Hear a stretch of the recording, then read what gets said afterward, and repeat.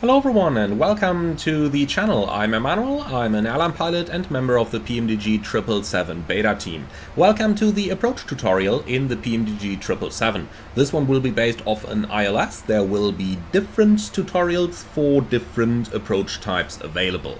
If you're interested in a written version of this tutorial, check out my 777 ebook. More on that in the video description below. And now let's get right into it. We're passing 10,000 feet and that is our signal to turn on the exterior lights, so the landing lights, the runway turnoff lights and the taxi light are all coming on. Note that if you are flying on the west side of the Atlantic Ocean, many operators require their pilots to keep the landing, turnoff and taxi lights on from the transition altitude onwards. So basically from 18,000 feet they want your lights to be on in order to reduce the risk of collision with any VFR traffic that may be flying in that area. Now, passing 10,000, the lights are on, we check the seatbelt signs are on as well, and as soon as we're cleared to an altitude we can run our approach checklist.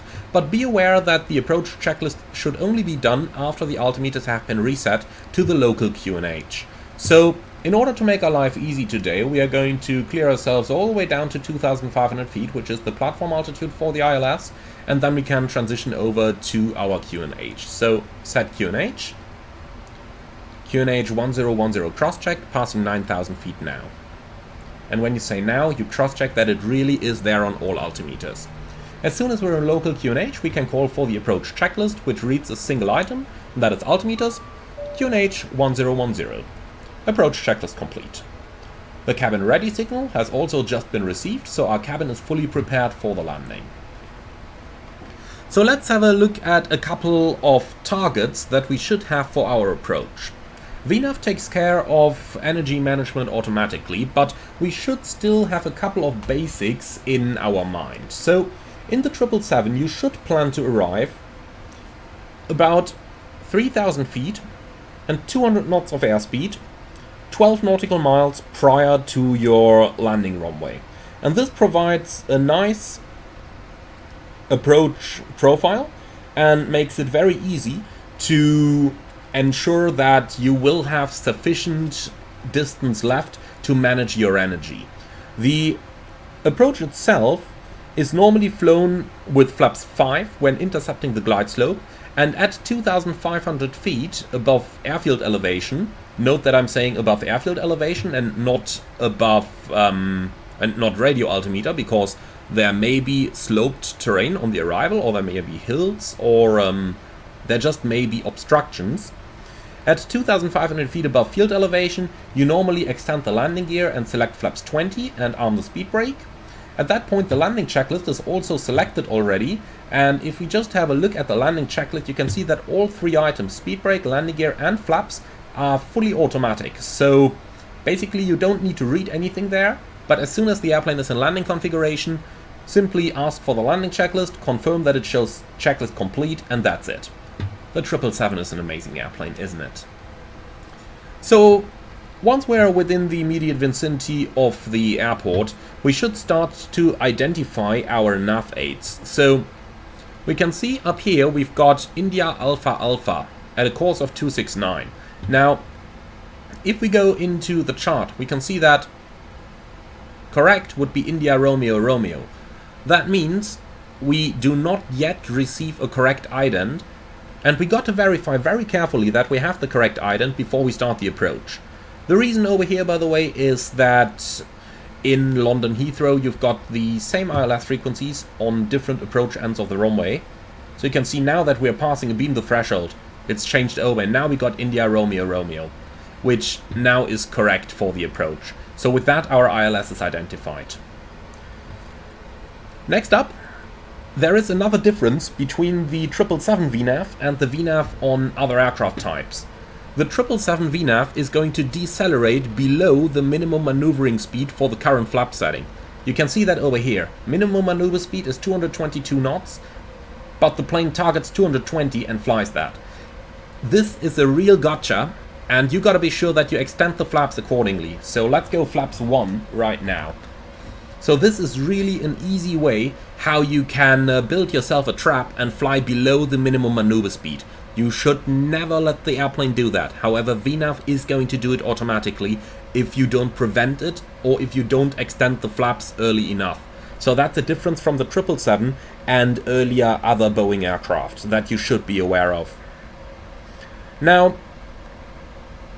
when we start our continued descent, our airplane is going to follow all the restrictions that we have in the flight plan. But it may happen that the path is steeper than what the airplane can actually take. In that situation, you would receive a too steep path ahead message on your scratch pad. If that happens, you normally can help the plane with a speed brake, as the 777 has a really effective speed brake. So remember the table we went over earlier on? If you're flying at the minimum clean speed, so that is the up speed over here, in clean configuration, without flaps that is, the plane by default descends at 1,000 feet a minute. With the speed brake, you can extend that to 2,300 feet a minute. In general, the speed brake reduces the time to decelerate or the distance to lose altitude around about by 50%. So that is a really steep descent that you can achieve with the speed brakes extended. Now, looking into this, we are descending nicely on the profile. Our speed is a little bit above the target. Now, what differences would I accept from the target speed at this stage in the flight? Plus or minus 10 knots.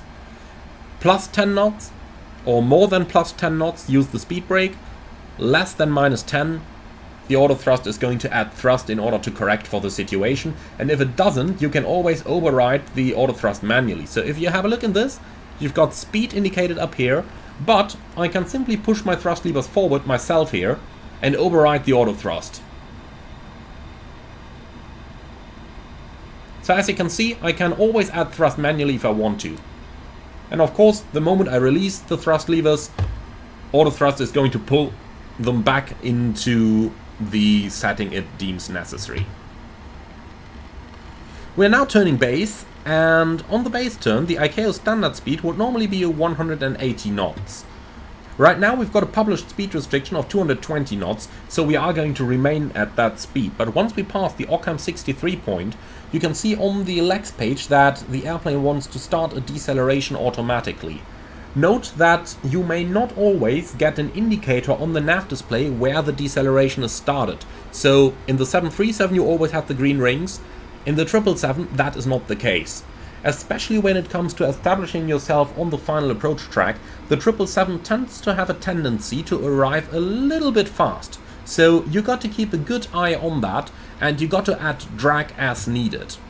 A good indicator, if you are flying on profile or not, is the glide slope. Now, when you're flying within 90 degrees of the runway track, the glide slope is going to show on the primary flight display. But there is a little trick. If you're flying, let's say, a couple of degrees further to the right, then the glide slope wouldn't show on the PFD anymore. But you can use your standby altimeter, and on here the glide slope is always going to show. Approaching our runway centerline, once we are cleared for the approach, and once we have verified the ILS ident and the localizer and the glide slope indications to be correct, we can go ahead and arm the approach mode. Now you can see localizer has already captured automatically. The target speed went down as VNAV now demands a deceleration. Okay, that's the latest weather over here. So a little bit of headwind, QNH 1009. So let's go ahead and dial that in, and then we can cancel the weather. So you will notice now that the airplane is decelerating, but it's not guaranteed that it will catch the glide slope with a proper airspeed. So you might come in a little bit fast. And always remember, it will decelerate below the minimum maneuver speed for the current flap setting. And you can see how easy it is for the minimum speeds to come up. So be sure to extend your flaps accordingly, latest by the time you pass the minimum maneuver speed for the current flap setting. So right now, I've selected flaps 5, and you can see that the target speed is going down with that. Now, it takes a little while for the flaps to actually get out in 5. Now you can see that the minimum maneuver band is going down even further, as VNAV targets 170 knots at the Fox point. So again, this is the 777 for you.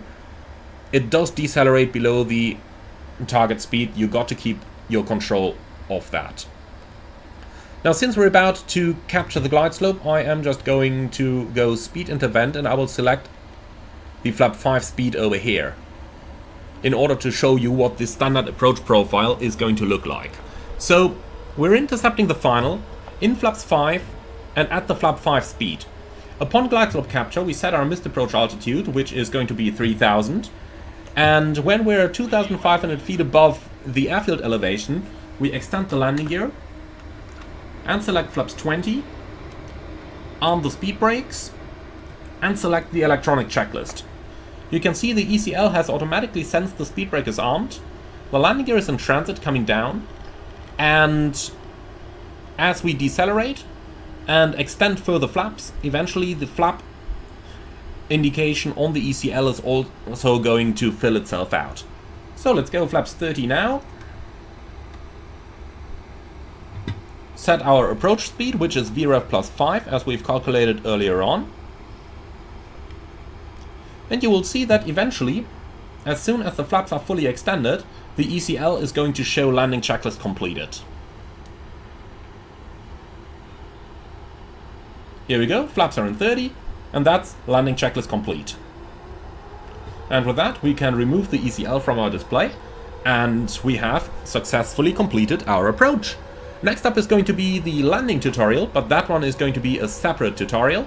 So with that, I'd like to thank you very much for watching today. Hope that you learned something. And as always, if you're up for more, don't forget to like, comment and subscribe. And if you're looking for a written tutorial, have a look at my 777 ebook. More on that in the video description below. Thank you for watching, and I see you all again on the next one.